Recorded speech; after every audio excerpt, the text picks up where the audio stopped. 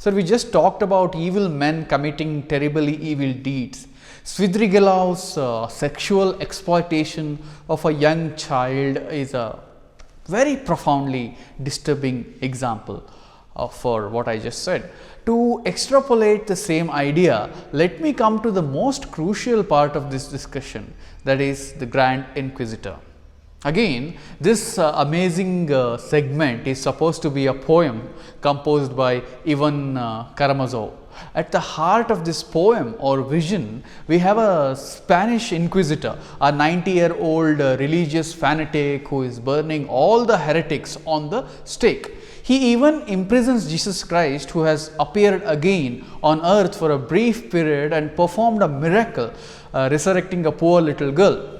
Now, the argument of Inquisitor is what makes this chapter a double-edged sword, because here is an ancient fanatic rebuking Christ for having given free will to mankind. Again, the term God can also be extrapolated to any higher ideal.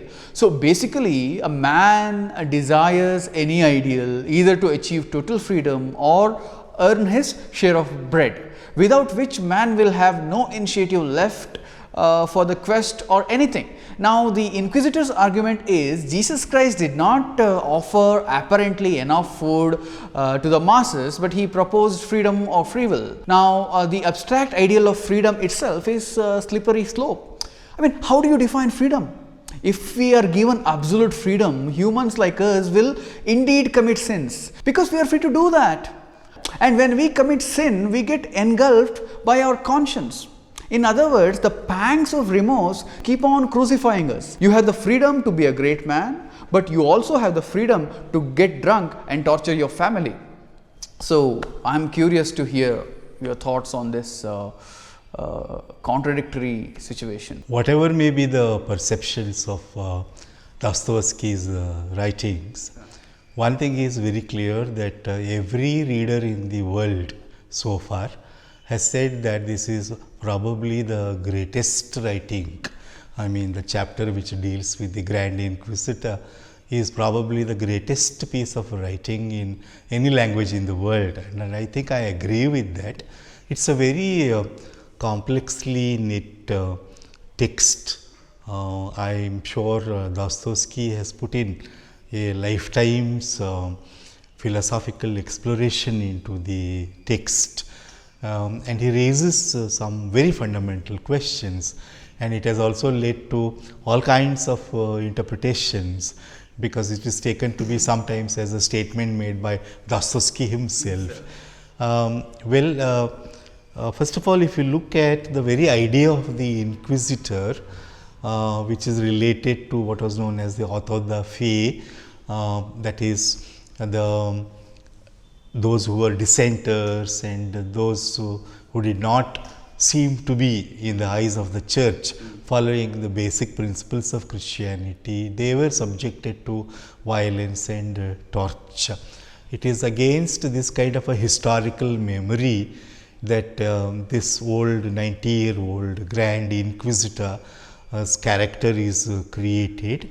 And the confrontation actually begins when Jesus comes there. And interestingly, Jesus doesn't speak a word even after the end of this long deposition by the old Inquisitor. There are many issues. I don't think I can do justice to all of them, but let's look at some of the most prominent ones there.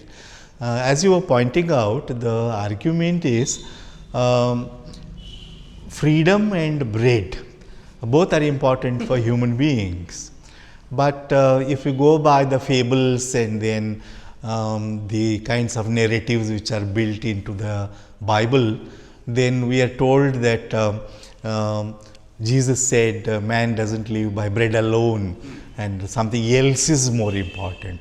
From the point of view of the Inquisitor, instead of trying to give bread to every human being, Jesus gave them freedom. And is very ironical, and not just ironical, but something which is worth pondering is human beings find freedom to be a burden, and they do not want freedom. They would rather obey authority In fact, the Inquisitor says that what are required are three things. One is authority, another is miracle, and the third one is mystery. So he says that the multitude of people, apart from some who may have emulated Jesus himself in their lives and sacrificed themselves, the rest of the people would want a religious faith which is based on miracle, mystery and authority. Instead of that, almost in the narrative created by the old Inquisitor, Jesus was more of an intellectual and who believed that human beings live for the sake of consciousness rather than mere survival through bread and food, etc. And as the Inquisitor says, Jesus' problem was he made a wrong estimate of human beings, thinking that they can perhaps manage without bread, but they can't manage without a consciousness and an awareness of freedom. Now, there are two issues according to the Inquisitor here. One is, does this agree with what can be described as universal human nature? Do human beings live by religious ideas? Do they live by the model of somebody like Jesus? Or is it that they have a very different notion of how to lead their ordinary lives? And the Inquisitor, like many characters in Dostoevsky, also makes a categorization of a small maybe elite class of followers, and the rest are of course the trembling multitude, as he says. Now, what do they want? They wanted Jesus to assure them bread and then probably other things which were to come later. And because according to the Inquisitor, human beings are essentially afraid of freedom, afraid of the responsibility it brings, if they are really given freedom, it would lead to chaos. As we discussed earlier, if you give absolute freedom to a human being, then would he act according to a rationally valid and acceptable way of life, or would he take it as just an open-ended permission to let loose all the passions and the desires and the drives in his personality? The Inquisitor tries to construct Jesus as somebody who thought in the abstract and who was too much of an idealist, who was not pragmatic enough to see how human beings are motivated by other things rather than some idealist belief in God and goodness, etc. So, according to him, he was a failure, but because he had a large following, the church had to take over. And the church, according to the Inquisitor, which took over from the Roman Empire, had to make itself first of all a temporal power, and a temporal power, also a spiritual power of monitoring the human beings. And this they could, according to the Inquisitor, do only by giving first bread and then creating mystery, miracle and authority. So, it is in a way a very ironical statement that Jesus probably was a very honest seeker after truth, who rejected all the three offers made by Satan and refused to perform miracles except on a few occasions, thinking that human beings would follow the ethical norms he had created, thou shalt not kill, etc., because they were good, because these ideas, these moral notions were acceptable. But the truth demonstrated by history is that human beings will not act according to the idealistic notions of morality and religion, because there is another, probably a darker side to the human personality, where the human being is a slave or a servant of the uncontrollable passions and desires. That is what the Inquisitor tries to say. So, he says that human beings need certain modes of control. It is not just society, but the religious institution itself has to exercise that kind of a penal power. It has to possess that power to punish human beings and warn them, etc.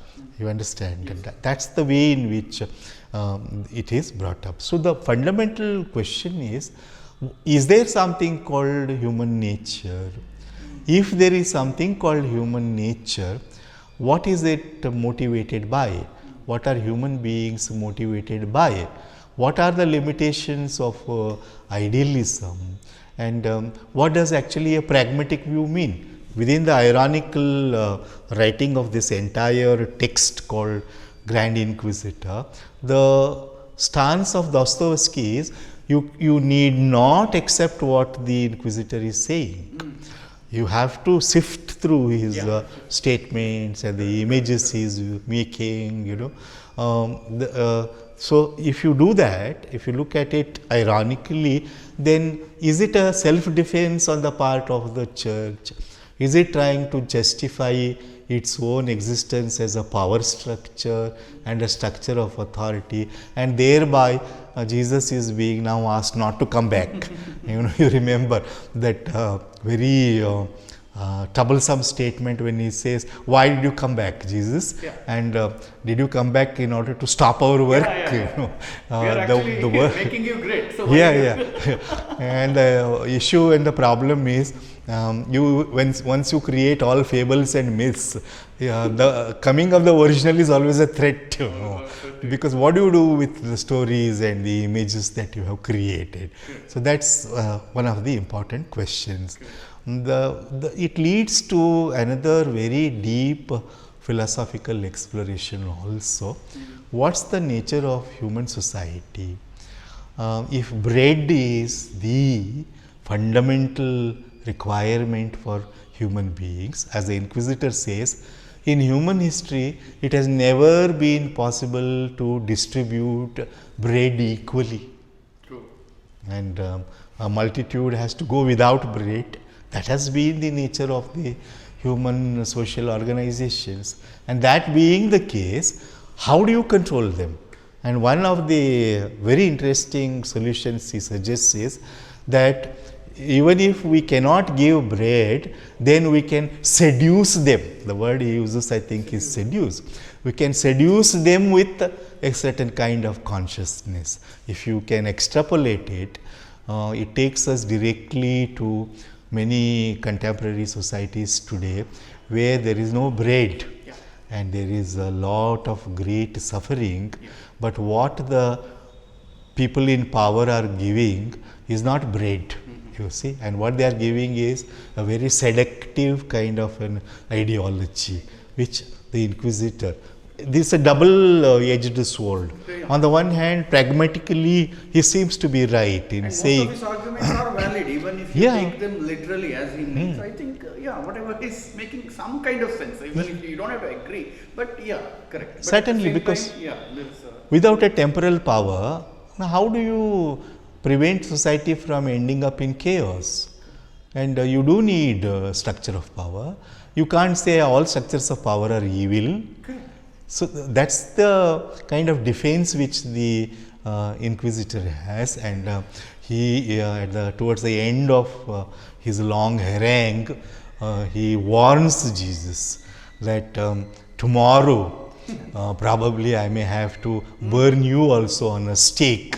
And what is most haunting for me is, he says, when I burn you on the stake tomorrow, the multitudes will contribute to the fire. You know, it's possible that they may contribute to the fire when you will be burnt at the stake, he says.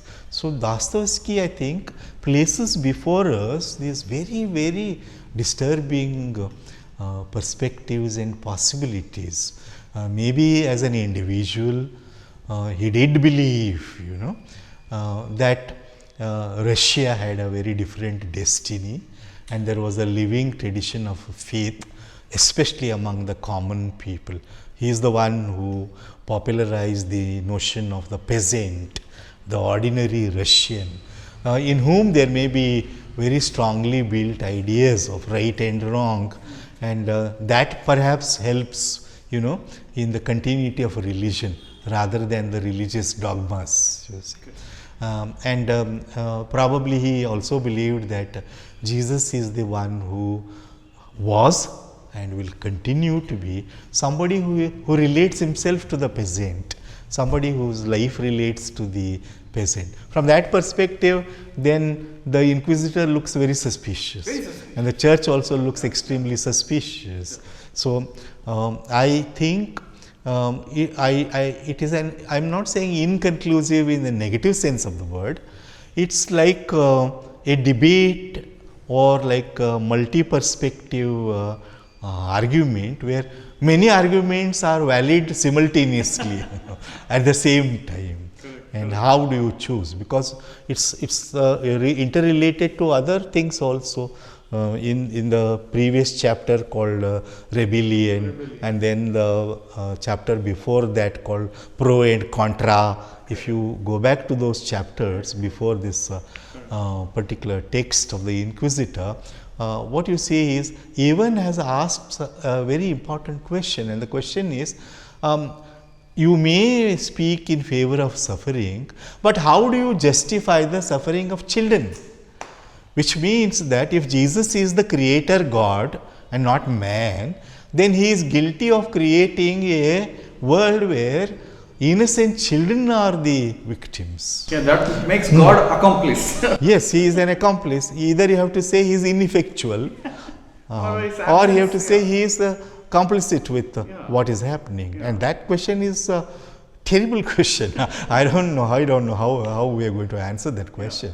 I think that is what troubles Ivan as well. Yes. If I were to have total faith in God, then I cannot explain the sufferings of the children and the poor. And if you say God is absent and this is all devil's doing, then his absence makes him an accomplice. That is, if complicit with this, I will act. So, yeah, and as you said, whenever every time I read or I get back to this chapter, I feel sometimes it makes sense to our own contemporary time. And definitely. Sometimes people find democracy a burden as well. Yes. And even if you remove the name Jesus and replace Gandhi's there. Yes, true. I think somehow Gandhi has overestimated. Yeah. He Freedom. did. Now, Dostoevsky, I think, is looking at two such possibilities of an exaggerated view and image of human beings. One is the socialists, the utopians. You know, they have the belief that men can be made to live rationally, and with our reason and rationally we can create an equal society, we can create a just society, because they also believe that human beings are capable of acting reasonably and rationally. And you can connect it with the charges against Jesus, because it's also in a way an idealistic notion. Does that happen? And the Inquisitor's question is, you can somehow twist things in such a way that people without bread will stop asking for bread, but will ask for a very seductive kind of ideology. So he raises that possibility as well, like Inquisitor. And as you were saying, we witness it in most of our contemporary societies today. Ideology becomes, a kind of a counter reality, especially for those who may not be able to critically examine it, and they may continue to, contribute to the horror that our lives today are becoming. Once again, it's Dostoevsky who raised those questions.